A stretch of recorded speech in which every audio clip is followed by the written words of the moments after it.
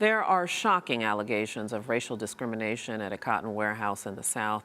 Two African-American workers filed charges that accuse their former white supervisor of making racially disparaging comments to them. The Atkinson Cotton Warehouse in Memphis, Tennessee, now faces a federal discrimination complaint supported by a cell phone recording of the supervisor's racist remarks. According to Antonio Harris, their boss yearned for the Jim Crow days when white men could hang blacks with impunity for things like drinking from the wrong water fountain. Antonio Harris gives additional examples of what black employees endured at the company. He done pulled his clothes down in front of him, told him to kiss his white tail. Hey, black boy, get over there and get my cotton. Joining us from Memphis, Tennessee are Antonio Harris and Mario Mangrum, the two men who filed the discrimination complaint. Welcome, gentlemen. Thank you so much for coming on Rise America. I do appreciate it. Yes, ma'am. How you doing? I'm doing fine. I'm wondering how you are. Mario, let me start with you. How long did you work at this company, and how often did you hear racist remarks? Had been working there like 4 to 5 months, and it started instantly, really the first day. And at first I thought maybe it was just a trend or whatnot, but as time went on, it was every day, like, 'cause we were working like 7 days a week, so we were going through this 7 days a week. That's incredible. And what about you, Antonio? How long were you with the company? I was with the company since September. Since September, so months for both of you. I want you to tell briefly some of the stories about what your supervisor would say to you. Mario, I'll start with you. Okay, for instance, we like the microwave. We had a microwave in the office or whatnot, and we'll go in and be like, Richard, let us use the microwave, and he'll tell us, no, you can't use the microwave because this is a white man's microwave, you know, and he really meant it, and I never did get a chance to use the microwave. Got to be. Did you? That's just one of them. Did you ever think that he was just joking, just yanking your chain, if you will? I mean, no, because his face expression and how he would say it, you can see it. You can see that he really meant what he meant. I mean, what he was saying, you know.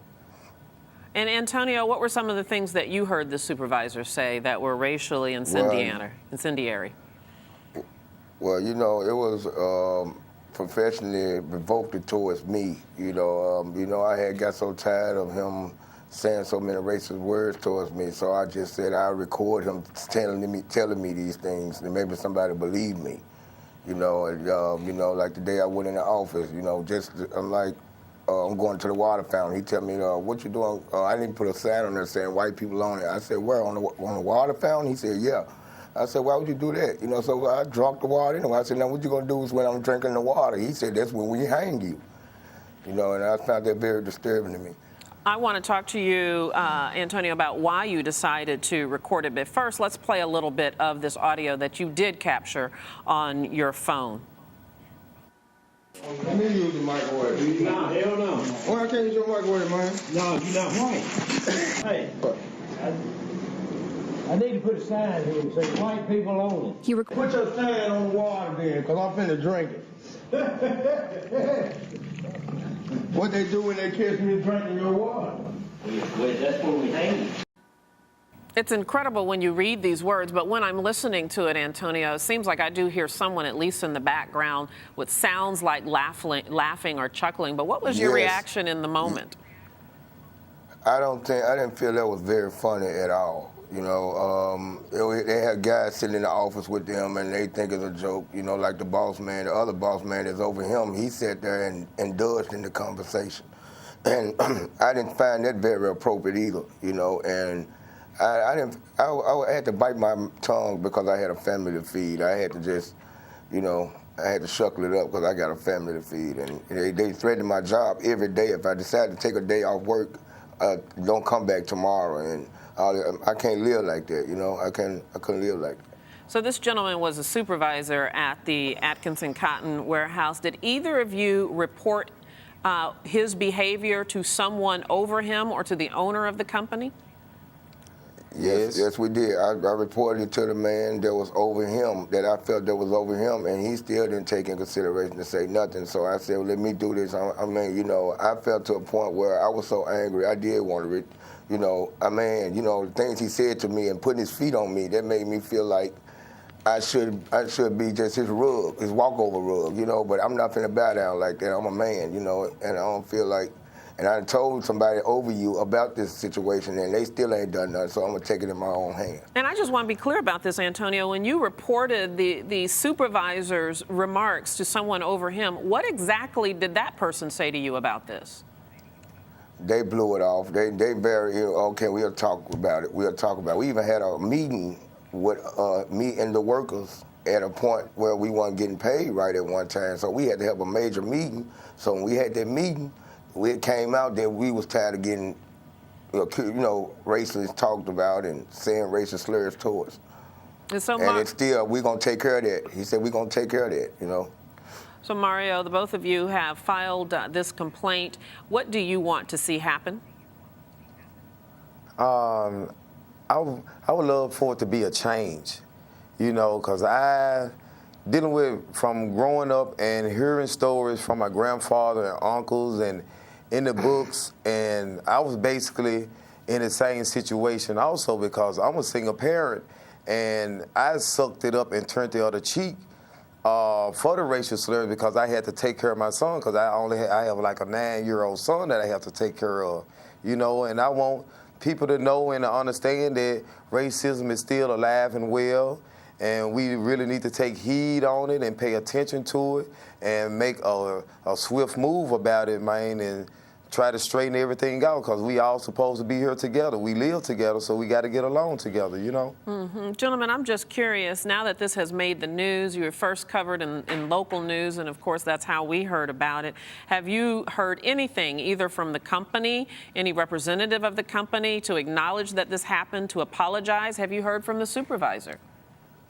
No, man, we haven't heard from nobody dealing with the company, dealing with nobody. We haven't heard anything. So, I mean, I'm just tired. I wish it just be over, you know, get over with, because really, I'm depressed about this. I had a light stroke about this. I had to go home to my family, and I wasn't the man I was when before I got that job, you know, and I changed it in my household and everything. Everybody seen a difference in me because I had to come home and deal with that every day, or go to work and deal with it and come home.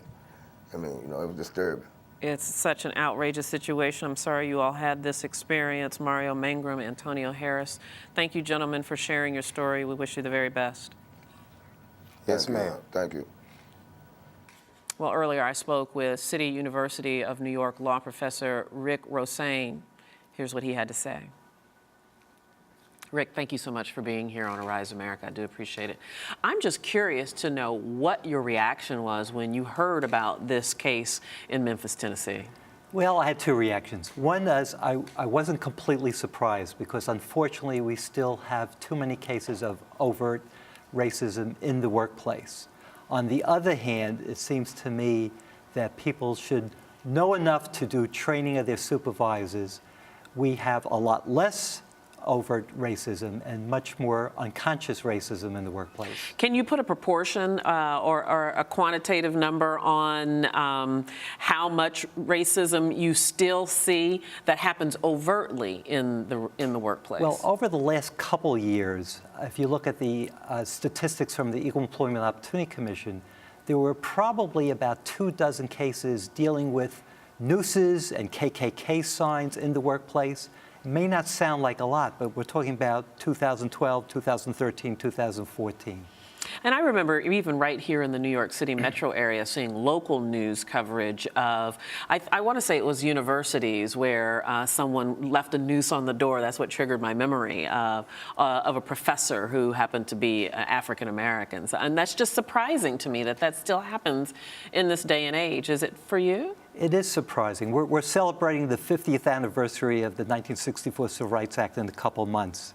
And of course, we need to remind ourselves that act was passed because of racism, disempowerment, and degradation of primarily African American people throughout the United States, but particularly in the South.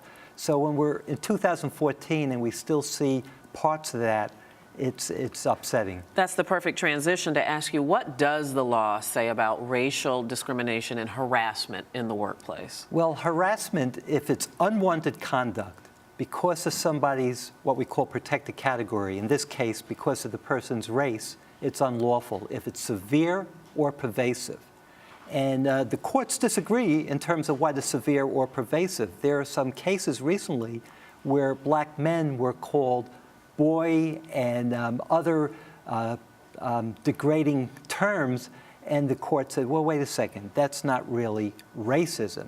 And so we have a split in some of the courts. Most courts recognize that, but it has to happen a number of times. In terms of an employee trying to prove racial harassment, is that difficult? Is it difficult to bring these charges and successfully adjudicate them? It is difficult. The burden of proof is on the person coming forward. Most harassers are smart enough not to harass in front of an audience, so it's usually one-on-one. However, in this situation, somebody had their iPhone going. They have to be careful with that because in many states, it's unlawful to tape somebody's conversation. In New York State and other states, it is lawful if one person consents to it, so the person who's doing the recording. Yeah, that's so very interesting, because very often if someone wants to capture this in some surreptitious way, that information may not be able to be used as evidence, depending on the law in the state. That's correct. On the other hand, it is important for people to come forward and to file these complaints and really make the employers do the type of training, because we have to really value diversity and inclusiveness in the workplace. It's an economic reason to do it and just a fairness reason. I know that you are not representing either of these gentlemen in this particular case, and it's a relatively new story for all of us. However, what is the liability if it were proved that racial harassment actually did happen in this case, or any case? Then what's the liability to the company? Well, under the federal law, the liability is actually capped depending on the size of the employer. So a large employer would pay a maximum of $300,000. Under some state laws, and I'm not familiar with that particular state law, it may not be capped. So here in New York, if somebody had emotional damages that really caused emotional harm, and this could, the damages could be quite high. In California, it's not unusual for some of these damages to go into the millions of dollars. Let's talk about the difference between a state agency, a federal agency, and a privately held company. Is there some differences in the freedoms, if you will, that a private company has about who they choose to hire and even how they treat them? The federal law says that if you have 15 or more employees, you're covered. A private company is completely covered. And so, no, there is no difference.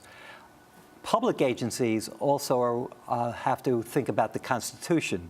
And so there are additional remedies for people in public agencies. Rick, before I let you go, for someone who is experiencing, I suppose, any type of harassment, but we're talking about racial harassment today, if they are experiencing that, give them a little bit of advice about the steps that they should take to seek remedy. Sure. First of all, they should make notes in the calendar, date them, and just write down everything that's happening. They should go outside and talk to somebody, even if it's just their minister or someone, let them know a contemporaneous reporting of that, and they should get to the state agency and the Federal Equal Employment Opportunity Commission. If they can, seek out a lawyer who is familiar with employment law. Just don't get any lawyer. Mm-hmm. That's the important thing there. Yes. All right. This is very valuable information. Thank you so much. You're Pleasure welcome. to speak to you. Thank you.